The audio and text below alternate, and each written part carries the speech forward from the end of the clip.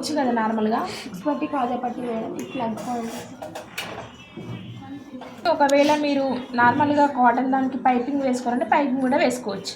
ఇక్కడ normal piping అనేది మీకు చూపిస్తాను ఒకసారి. ఫస్ట్ అయితే షోల్డర్ చేంజ్ చేసుకోవాలి. మొత్తం కుట్టడం అయిపోయిన తర్వాత కూడా మనము పైపింగ్ వేసుకోవచ్చు పైన నుండి నార్మల్ పైపింగ్.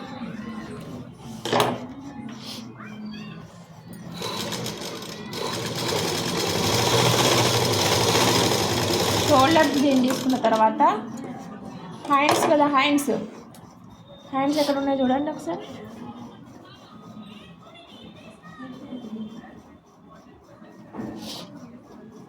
హ్యాండ్స్ కింద బాటమ్ మర్చి కుట్టుకోవాలి.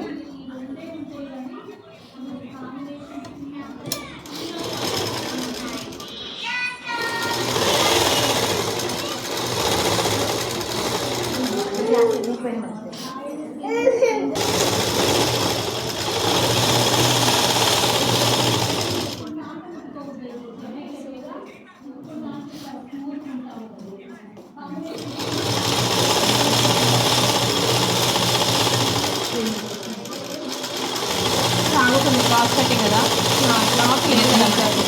మామూలుగా అయితే స్ట్రేట్ కటింగ్ చేసుకుంటే మనకి హ్యాండ్ అనేది సాగదు. నేను క్లాత్ లేకపోయేసరికి క్రాస్ కటింగ్ వేసినాం కాబట్టి సాగుతుంది.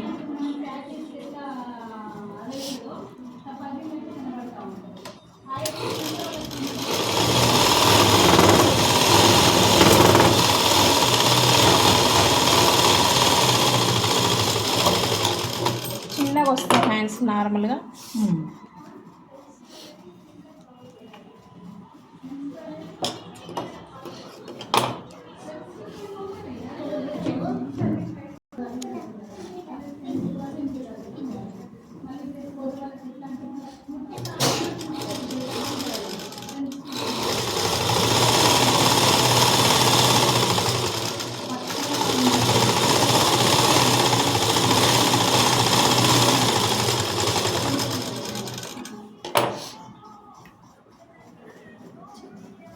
మీకు వన్ సైడ్ జాయింటింగ్ చెప్పినా కదా, మీకు వన్ సైడ్ జాయింటింగ్ చెప్పిన ఉక్స్పట్టి కాజా పట్టి అంటే మీకు వేస్తుంది కదా.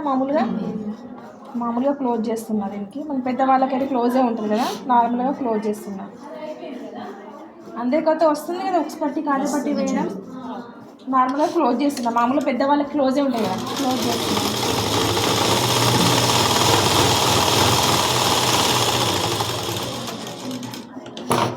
వన్ సైడ్ జాయింటింగ్ చూపించిన మీకు. వన్ సైడ్ వేసి ఫ్రాక్ని ఒక సైడ్ నుంచి ఇలా జాయింట్ వేయడం. ఇప్పుడు దేనికి అదే జాయింటింగ్ చూపిస్తాం.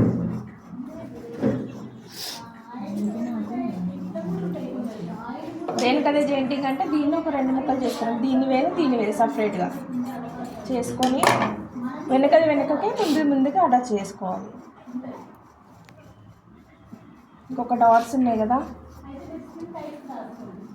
చిన్నగా డాట్స్ పెట్టుకొని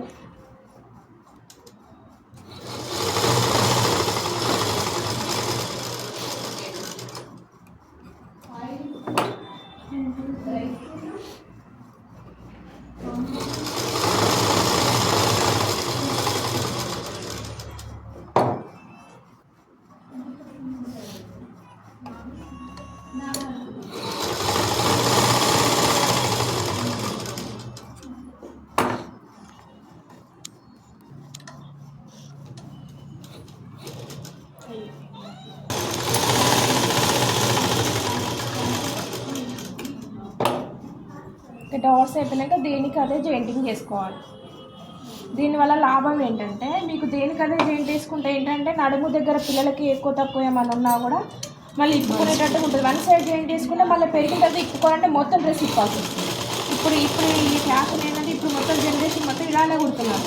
పిల్లలకి ఎక్కువైనా తక్కువైనా కూడా మనకి ఇందులోనే ఇప్పుకుంటే సరిపోతుంది. 3 టైప్స్ కుట్టచ్చు ఫ్రాక్. రౌండ్గా ఎక్కియచ్చు, తర్వాత వన్ సైడ్ జాయింట్ చేయొచ్చు, దేనికదే జాయింట్ చేయొచ్చు. మీకు 3 టైప్స్ అంటే ఒక్కొక్క టైప్ చెప్తే అయిపోతుంది. మేడం లైనింగ్ వేస్తే కింది దాకా జాయిన్ చేయాలా మేడం? ఎక్కడ లైనింగ్ దీనికి వేస్తాం కదా, లైనింగ్ వేస్తే ఇక్కడ జాయిన్ చేసుకోవాలి. తక్కువ పొడవు ఇక్కడ తగ్గుతుంది. ఇక్కడ వరకు వేసుకోవాలా? ఇక్కడ వరకు వేసుకోవాలి. ఇక్కడ దాకా వేసుకోవాలి. ఒక 1 ఇంచు 2 ఇంచు తక్కువ తీసుకొని వేసుకోవాలి. వెడల్పు అంతా సేమ్ వస్తుంది, పొడవు కూడా తక్కువ ఉంటుంది. ఒకవేళ ఎక్కువ ఉన్నా కూడా లైనింగ్ని ఫోల్డ్ చేసుకోవాలి బయట కనిపించకుండా.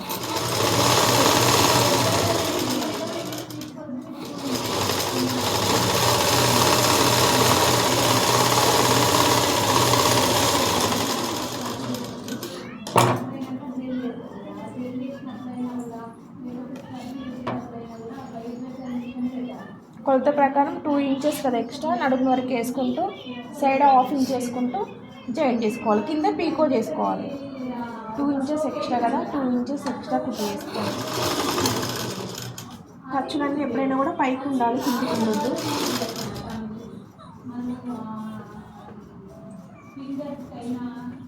ఈ ఖర్చు అనేది పైకి అనుకోవాలి వేసేటప్పుడు. 2 ఇంచెస్ కదా ఎక్స్ట్రా, 2 ఇంచెస్ దగ్గర మనకు హాఫ్ ఇంచ్ అనేది ఇక్కడ దీనికి కుట్టు రావాలి కింది భాగం.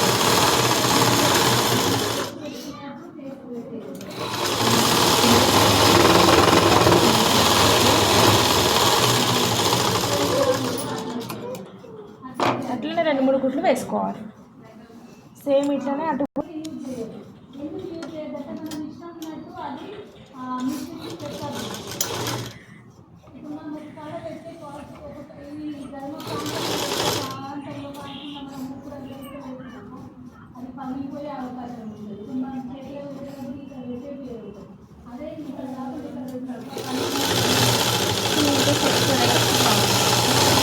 లేకపోతే నడుము లూజ్ అవుతుంది.